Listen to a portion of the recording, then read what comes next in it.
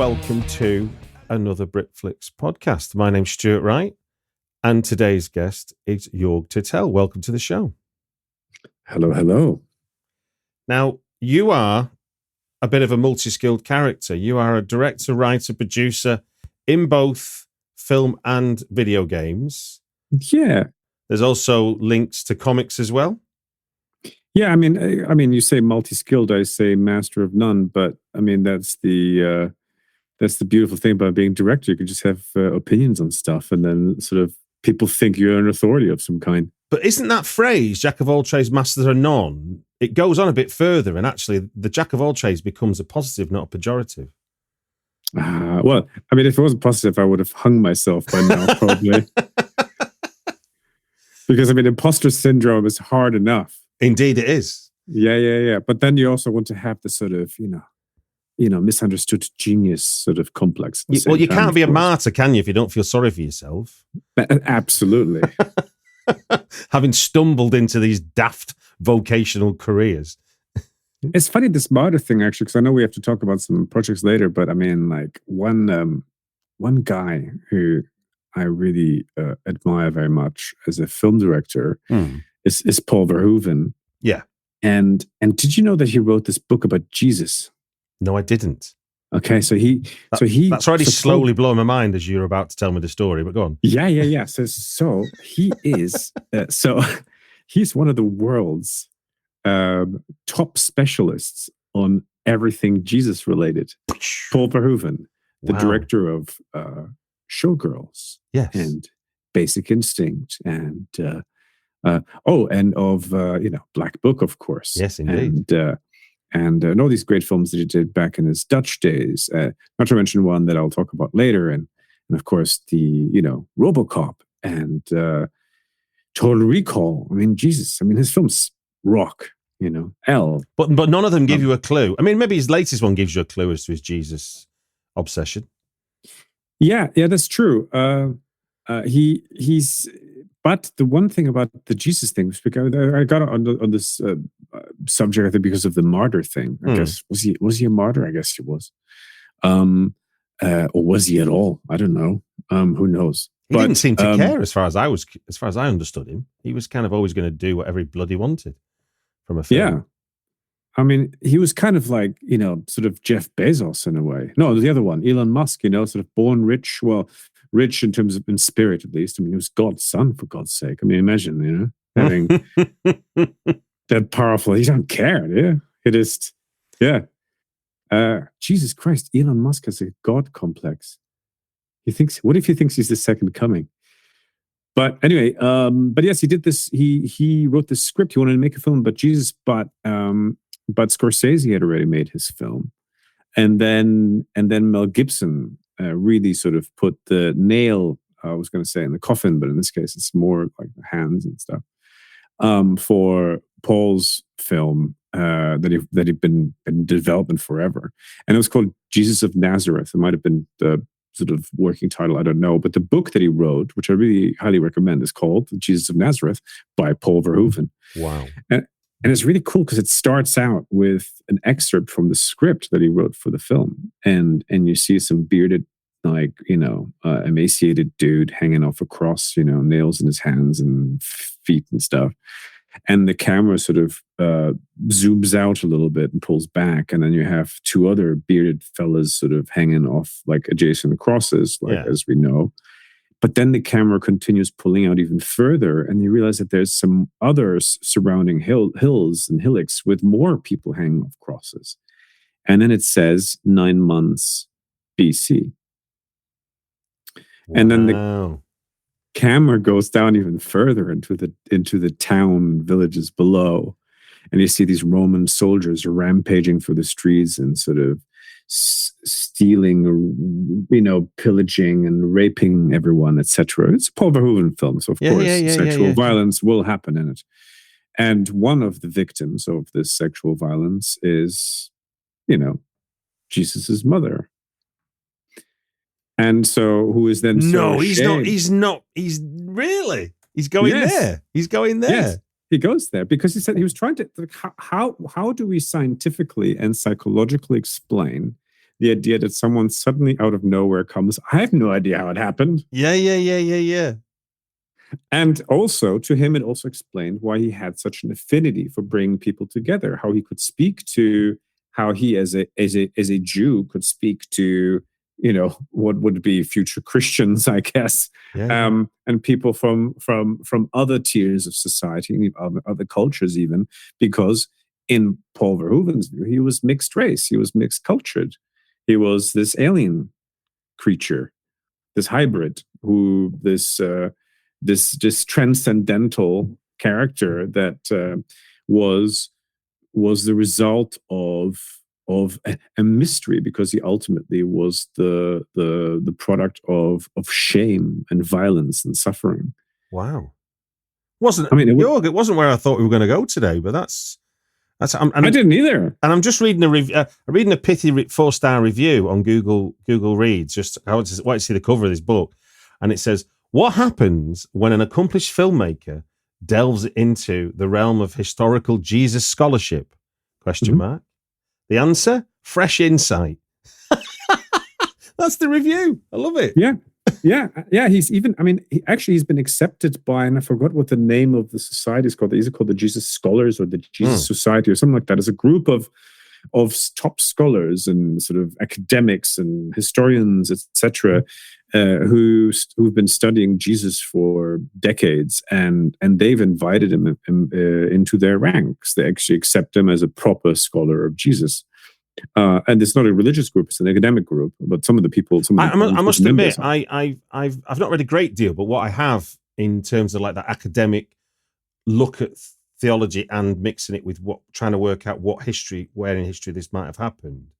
There's a wonderful book. I think it's a Cambridge scholar whose name escapes me right this second, simply called The History of Satan, and it just basically takes you through all the societies, basically all the organized religions, and the presence of Satan in those religions, because Satan doesn't feature as a name in hardly any of the main religious texts, but the presence of Satan as a thing, as a concept, has existed long before the texts became the thing that you look to.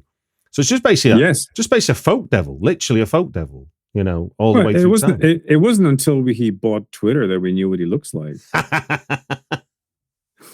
Right then, let's move into the podcast.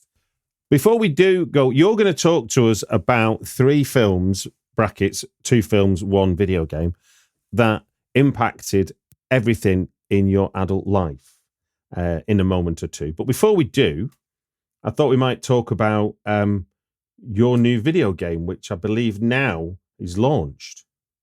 No, it hasn't launched yet, but it will launch in early 2023. But it's called The Last Worker, and it's a political, social satire, I would say, probably.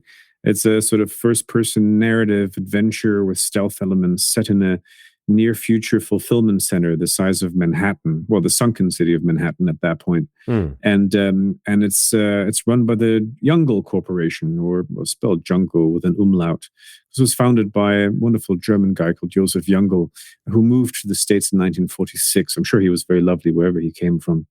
Can't imagine what his background was. No idea. And so his lovely company brings products to people all over the world through the power of the internet. Not at all inspired by any sort of real world corporations at all. And purely coincidental. I'm an incredibly imaginative man, you see. Yeah, I can see how you're basically visioning a future that we might encounter. Yeah, who knows? It's probably impossible. What I'm describing here, and you play and you embody, because it's also playable in VR, a guy called Kurt, who is the last human worker in this facility, because all your colleagues are robots, and then you get you have to fulfill people's dreams, their orders, because which makes your life incredibly fulfilling as well, I'm sure. And as you do this, at some point you get approached by a group of activists who want to recruit you from the outside to try and dismantle this corporation from the inside. And so you have to juggle your day to day. Yeah. This sort of working from home, as you call it at this point, because you've been stuck in there for 25 years, with trying to sort of weigh your sort of all moral compass against this whole thing and see whether you actually want to go against this wonderful, stable employment you've had. And yeah, so it's an intense experience and not at all inspired by any real world events whatsoever. So hold on a second. So you as the character choose to take on the corporation. You can choose not to and still play the game. There is a choice, yeah, at a certain point in the game. It's not like a super complex moral system throughout. Because there's a very firm narrative, but there are 3 different endings in the game. And Kurt is certainly dramatically struggling with that conflict a lot.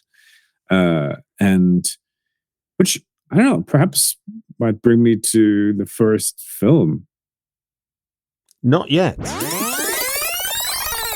I usually ask a certain question going in when someone's the creator of it. Now, given you've created a game, and in the spirit of let's bring gaming and cinema together, like you've been trying, the question I usually start with is, what was the kernel of the idea for The Last Worker that got you to the game that we will see in 2023? I think the kernel actually was walking into my local Sainsbury's or Tesco, I forgot which one it was, to be fair, in London back in 2014 or 15. And overnight, all of the sort of tills had been replaced with those self-checkout computers. So that's when it happened in 2014-15. And the employees that I would see every day, every other day, and some of them I knew by name, and some of them I knew what they were into, and some of them I knew played games, and others I knew had children and stuff like that, were suddenly gone. Like there were only 2 employees left, one behind the till. Now there was this like sort of curtain of shame for people who buy cigarettes, newly installed that in the same breath. And then there were these self-checkout machines, and one of the remaining employees was standing next to those machines, sort of staring blankly into the distance. I was just slightly nervous because I didn't know what their future had reserved for them, and waiting for these computers to break down so they could, press the reset button. So that was their new job. And I walked up to them and I said, I thought that robots were supposed to assist us and not us them. And he said, yeah, I know, right? I said, so, and the thing that I said to him as well is like, in Terminator 2, at least, we know they looked scary and they tried to kill us. And now they're just these boring ass boxes. But they're doing the same thing. The uncanny valley, eh? If it doesn't look like us, we're not scared of it. Yes. And so they really styled this. What really annoyed can I curse on this show? Can, yes. The fuck out of me was the fact that these big tech nerds that have shaped our current future have absolutely no imagination whatsoever. They've basically all grew up on the same sci-fi movies that we have, all found them all as cool as we did. But they have no imagination how to apply any of this stuff to the real world. And also in their pursuit of efficiency and lowest common denominator bullshit, have sort of styled it in the most efficient and therefore the most inhumane and the most sort of insipid way. And it sucks. I really hate our sort of the visuals of our current existence are so boring. We don't even have a fashion style anymore right now. We've all been sort of educated out of having an identity. We talk about it a lot, but we don't really have it anymore. Certainly not as a culture or any culture, group of cultures anymore. It's very strange. So for the last 20, 30 years, like our fashion hasn't evolved or changed. You could take a photo, certainly from like 2010 onwards, 2000 onwards, and like it all looks the fucking same all the time. It's weird because when you take a look at last century, the 2020s were very different from the 2040s, the 2060s, the 60s, from the 70s, from the 80s, the 90s. Like, but the 90s. But I would say, I think this is a different part of the again, not a part of the conversation I'm going to go into, but 1990s was like I feel like the first decade of recycling culture up until the end of I think the 80s was kind of like the last visionary decade. I don't mean that it was the only one. I think they all had their own vision, but I think we epoched, I suppose, it with what the 80s were. The 90s became like, right, okay, let's take stock. And I guess that might have been a psychological thing as we headed towards the new millennium. I don't know, but yeah, I think so. But you had, I mean, it's true because I mean, David Fincher, for instance, who had shaped a lot of the 80s for us, you know, like Janie's got a gun and other music videos he directed and things. But you know Anthony H. Wilson, who did Factory Records and used to manage yes. and all that kind of stuff. He had a theory which is kind of whacked out, but it kind of plays into this. And so it's about music culture. You can go 55. It's the idea of 11-year cycles since the Second World War. Mm-hmm. So you go 1955 rock and roll, 66 is the sort of pop music, 77 is punk, 88 is the house music revolution, and then after that it's like Napster and stuff. I've written about this in a very loose way because it's that idea of we go from, by the end of the 90s, we go from having been obsessed with culture as what the outcomes are to the object that we get the culture off. So the tech becomes the thing we're obsessed about, not the thing that gets us that used to get us excited, which is. Yeah, because we've suddenly become obsessed with the tool makers rather than with the sculptors. Yeah, and it's insane. I never knew who made Mission decks, but I knew who made Apple iPhones, and that feels a bit weird. Yes, but at the same time, you know the brand that made it, but we barely know the humans that are behind any of this. So I can, because our basic curiosity levels have dropped to practically zero now. When 99% of the population, when you ask them who, like mentioned before, Elon Musk is, they go like, oh, it's the guy who did Tesla and stuff, and he just bought Twitter, and he's a bit wacky. And he was like, yeah, but where does he come from, do you think? And they're like, I don't know. He's American? It's like, no, he's South African. Oh, okay, cool. Yeah. But where from South Africa? It's like, well, from South Africa, probably. And it's like, yeah, but do you know who his parents are? And it's like, do you know this daddy had emerald mines? Emerald mines, yeah. Can you imagine what kind of people these people are?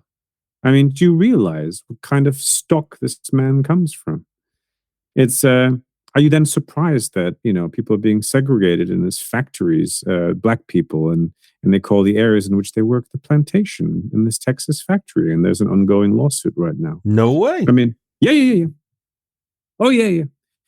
And this, like, so it doesn't. We're not off track because, like, I'm going to say, so this started off with what was the kernel of the idea for your, so because it's all connected. Because there is one filmmaker to me that living filmmaker, and we've mentioned it already, because not only does he have a really very good understanding, as we now know, of Jesus, it turns out, but he also really saw and put his finger on the sort of rise of techno-fascism that we are all living under, more than anyone else. And he saw it, and specifically American corporate fascism. He started doing that with RoboCop. He did it with Total Recall. But the film that I love and that really has shaped me a lot was Starship Troopers. Well, before you do get into Starship Troopers, then let me introduce the audience to the concept if they've not already heard it before. It is 3 films that impacted everything in your adult life. And for that, we will be talking about 3 films, or in this instance, it's 2 films and 1 video game. And at the end of 5 minutes of conversation about said film or video game, there will be an alarm that will go off to end that conversation, and it will sound like this. So I do believe that sounds very similar to Die Another Day on the N64. The sort of panic room, the panic get out of there moment. It also reminds me of the scene actually in Total Recall. Remember when Arnold Schwarzenegger is going through those scanners? Yes. I mean, it's a beautiful. It's obviously a very ubiquitous alarm sound. It's yes, and he goes and he comes out of the thing and yes, fantastic. Anyway, so the clock is ticking on your first 5 minutes. Oh, shit. Starship Troopers. Why has that impacted on your adult life? So I was in New York in the early 90s, whenever that came out now. And 1997. That's when it was. Yes, because I was auditioning for Tisch School of the Arts at NYU, and I went there with my mom, who's no longer with us. But we were in the back of a taxi cab, and I saw that there were tickets available if you call a certain number. And it was completely bad. I was just there for 2 days. One day to audition for NYU. Actually, there's a big story there. It's an interesting story there. Like the person that helped me get my act, because I was studying acting, that to help me with my monologues was Sam Waterston, because he was a friend of of my mom's, and so Sam took me into his house in New York, and had me do my monologues for him multiple times, and he was just wonderful. Anyway, but I found that there was like a Time Out in New York, whatever it was, thing, and there was an ad in there that there was a screening of a new Paul Verhoeven film, and if you call this number, you might get tickets to the premiere. Fantastic. And so I just called it. I've never called a number in America in my life, and I just dialed this thing, and there it was. And I just said, like, you've got 2 tickets reserved. Like, we should say this number at the thing or whatever. So I happened to cover my mom. We're going to a film premiere. So I took her to the Starship Troopers premiere, or first screening, whatever it was, in New York. And I remember the cab driver was completely insane. He drove like a madman. And my mother was just cursing in Polish to me about how, she was Polish, about how mad the driver is. And he turns around and he says, "Dziękuję bardzo." And he just drops us off in front of the cinema, and we go in and we watch this absolutely batshit film. And I fucking loved every minute of it. And after a few minutes in, I'm thinking, this is embarrassing. I took my mom to a thing with giant bugs. And I look at my mom, and my mom has just had this massive smile on her face. She was just like, oh, wow. She loved it.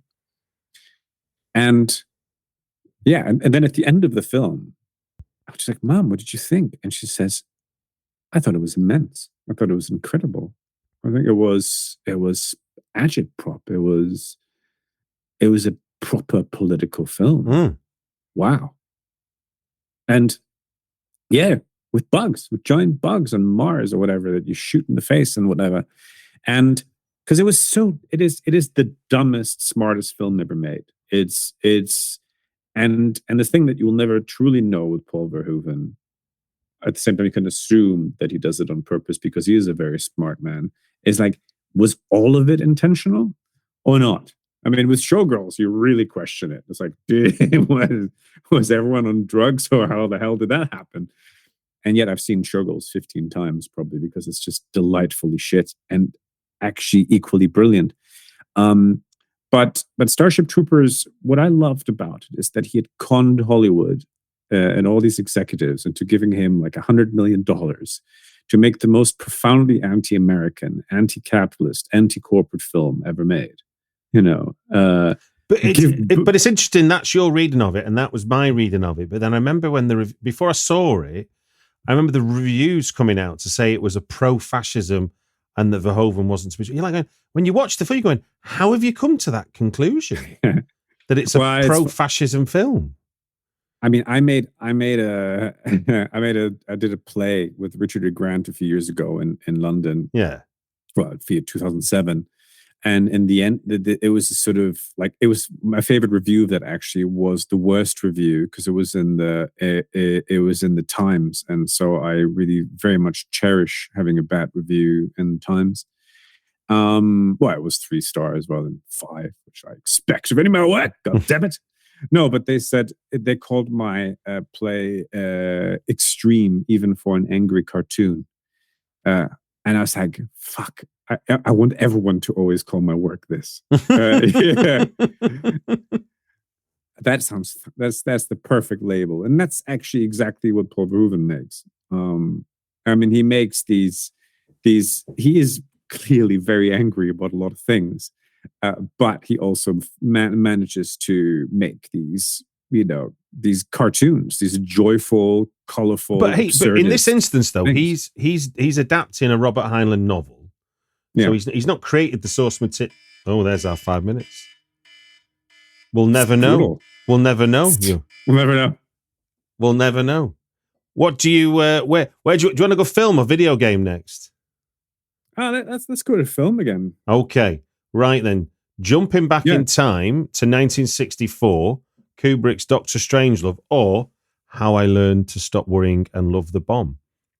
It's funny you say that. I actually changed my title. Like, if you'd read my message, I changed my mind. Oh, did you? Sorry. I did. Yeah. Although I once organized a double bill of Dr. Strangelove and Starship Troopers because I find that they are perfect partners. To Die For. Yes, you've gone for Oliver. Is it Oliver Stone's To Die For? Is it Oliver Stone? No, it's Gus Van Sant. Gus Van Sant, yes. Nicole Kidman. And Nicole Kidman, yes. So 1995's To Die For. I'm going to rewind the clock now, Jörg, because obviously this is playing with me format. You don't know what kind of stress you put me under. Seamlessly moving into your second choice is 1995's Gus Van Sant's To Die For, starring Nicole Kidman. Do you want to tell us why that had a particular impact on you? This one is actually very interesting as well, because I went on that same trip to New York, actually. Maybe that's why it's on my head. And also, like, they both have Dutch-sounding names, or one of them is actually Dutch, and Gus Van Sant, I think, is American-born. But this film's 2 years earlier, so you saw it while you were in New York? No. I saw it when it came out, but I remember being a massive Gus Van Sant fan. Right. As a kid, I wanted to become a filmmaker, and on that same trip, and that's those same 2 tumultuous days in New York, I heard that he had just released a book, Gus Van Sant, called Pink. And so I sort of walked to a bookstore with my mom and found a copy of Pink. And I started reading it. And it was the most like hardcore homoerotic love story I'd ever read. And I certainly wasn't prepared for that. And it's quite funny. I still have that book. It's funny. I just thought he just wrote some story that was similar to his films. It was not at all like his films. But To Die For is another film that pretty much predicted today, like Starship Troopers, which predicted the sort of American fascism, the sort of Fox News, do you want to know more nonsense, the sort of fake news, the bullshit, the imperialism. To Die For is a film that looked at the attention-seeking madness of society, the sort of becoming a celebrity at all costs, becoming noticed at all costs, no matter what the moral and ethical consequences. And Nicole Kidman's performance in that thing is mind-blowing. Like, she is fantastic in that film. It is an incredible satirical performance. Like, it's when the actors in Starship Troopers may not have been aware of the satire they were playing, Nicole Kidman and everyone in the cast of that film certainly are. Yeah. And it's genius. And everyone needs to watch that film. It is a film that will make you understand. It's funny because you were talking about how in the 80s perhaps sort of new culture might have stopped, and it may be true. But these 2 very critical films definitely saw that perhaps culture having stopped or have stopped evolving in a way that it had previously, that there was something new brewing, some sort of a new form of fascism, indeed, some sort of new form of totalitarianism. And To Die For looks at the micro aspect of that. It doesn't look at this at a major bug war, but it looks at how a family falls apart because of these insane ideals and these insane. But I guess in a way that what you're talking about though is certainly in American terms, it'd be a continuation of the kind of Cheney Rumsfeld conservatism and how you manage that, but then turn it into mass media, because they, from the 70s onwards, they were trying to manufacture this identity out of it, and obviously it wasn't. I mean, in Britain, it wasn't until 1990 we had multi-channel choices with the birth of B Sky B and stuff. So the vehicle for doing this didn't exist till the 90s in a way. Yes. Yeah. And here, like in To Die For, Nicole works for a local TV station, which she wants to be the biggest TV star. Yeah. And she's not particularly good at her job. But she will literally leap over bodies in order to get there. I mean, you're right, though. It's fairly predictive, isn't it? Because that idea of someone wanting to be famous just for no other reason than they're them famous, as opposed to I want to achieve this goal that will make me famous, which obviously we now hear 10 times a dozen, through any reality TV person that then becomes a celebrity. out of that. Yeah, there was that film about that ice skater. What was that called? Came out a couple of years ago. I, Tonya. Yes, which is a complete ripoff of To Die For, like tonally, visually. To Die For literally ends with an ice skating scene. I'd forgotten that. I'd forgotten that. Yeah. It's watch it. It's incredible, and also like it is the last truly great Danny Elfman score, where he combines his sort of typical wry satirical style with heavy metal. It's awesome. It's just I don't think I've seen it since the night. I don't think I've seen it since it come out, if I'm honest with you. I mean, I think it's badass. Watch that. Watch Falling Down as well by Joel Schumacher. Like the 90s had incredible films, incredible films. Perfectly timed. No, Falling Down I've seen a lot of times. I think maybe just, it's I guess in that kind of lazy way, Falling Down appears more often on late night TV than To Die For is more, I guess, more select in terms of who its satire might appeal to compared. I mean, even though it's got Nicole Kidman in it, it's a hell of a dark movie. Yeah. Whereas I think in some ways though, I think with Falling Down, a bit like the mistaken reading of Starship Troopers, there's kind of a weird heroic reading of Falling Down as well. There's that idea that he's right to get angry about things he gets angry about. He may be alt-right. Yeah. Yes, indeed. Yeah. And first of all, he's an incel, and he's alt-right for sure. Yeah. Before we even knew, I went to see that at my local flea pit, as it were, which is now a furniture store, and now it's a block of flats. It was a furniture store. Now my old cinema, and we were the opening scene in the traffic jam where he gets out the car. This old couple sat in front of us, turned around to us, and goes, "This isn't Gone with the Wind, is it?"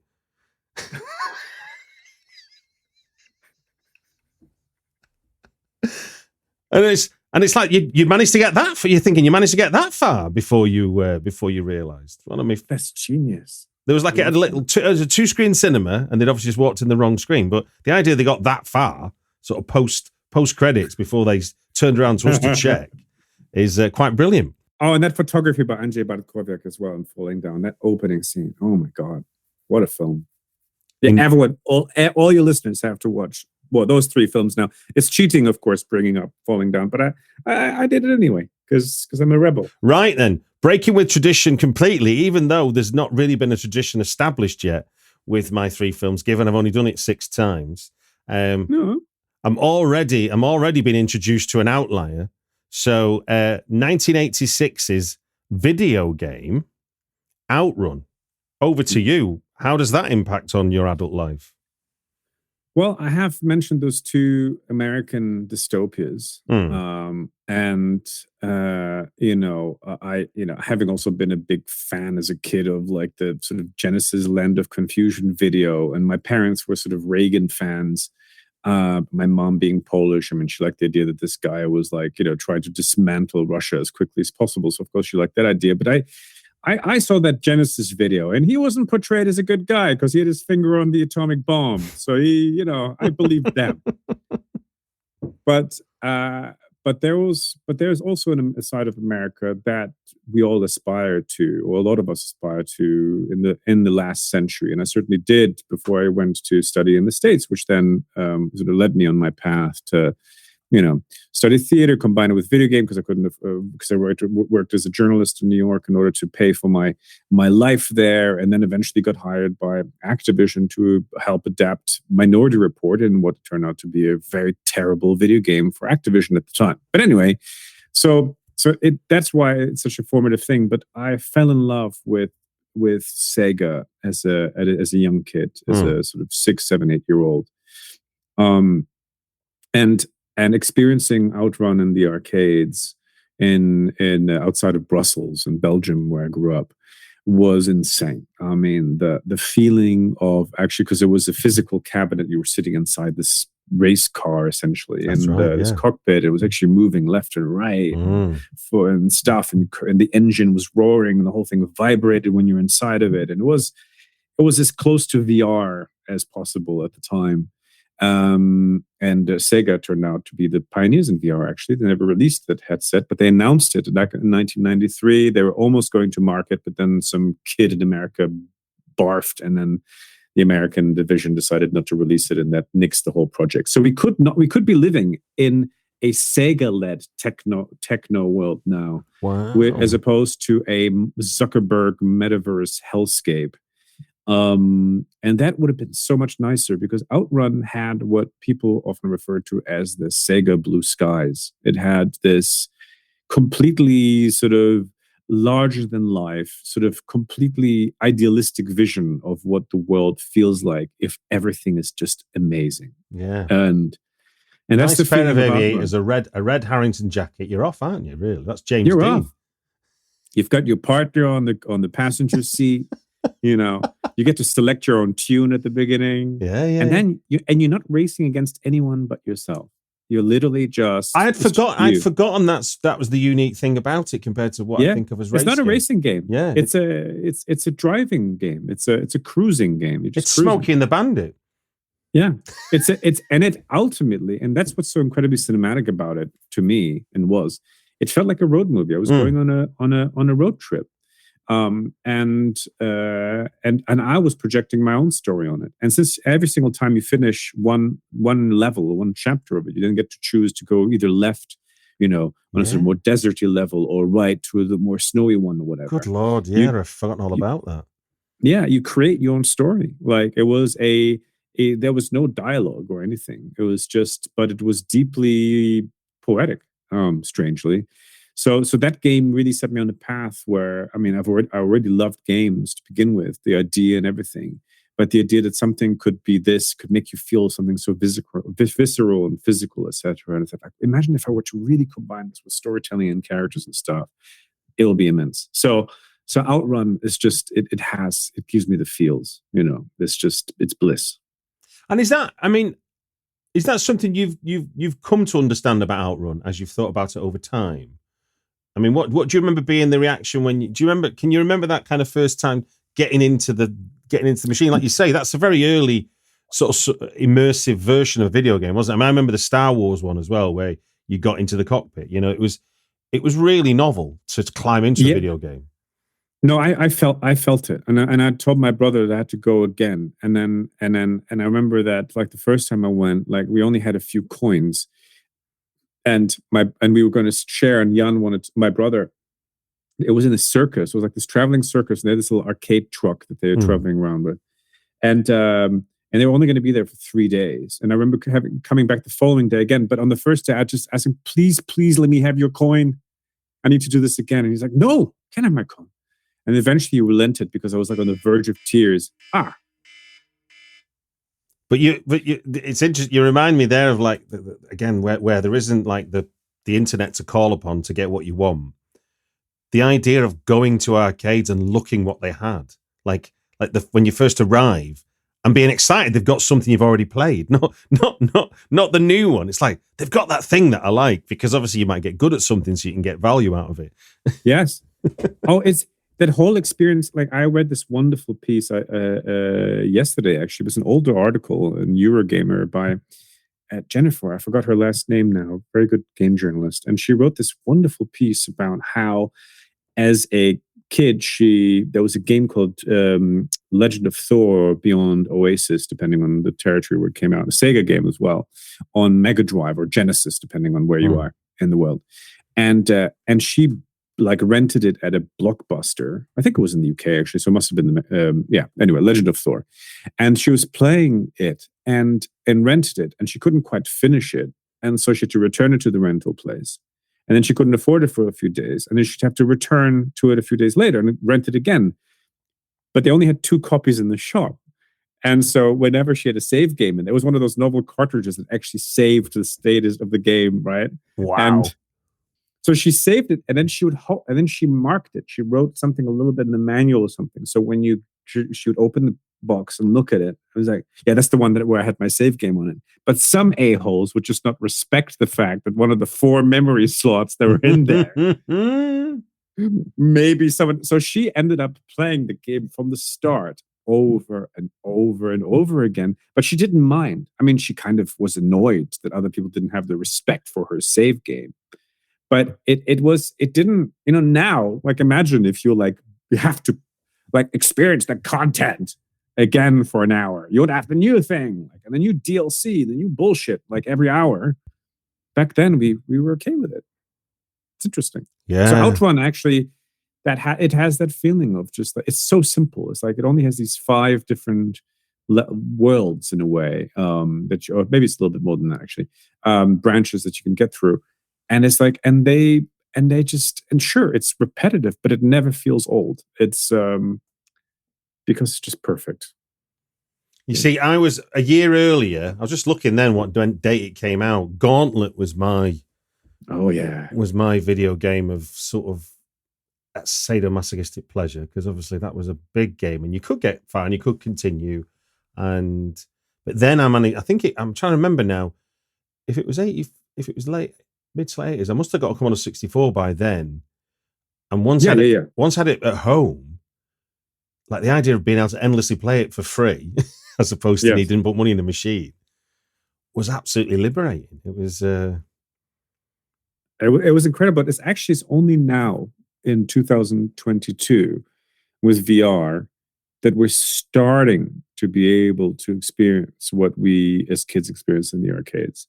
Just we're starting to, and people don't realize this yet because they didn't have a clue as to how awesome this thing can get.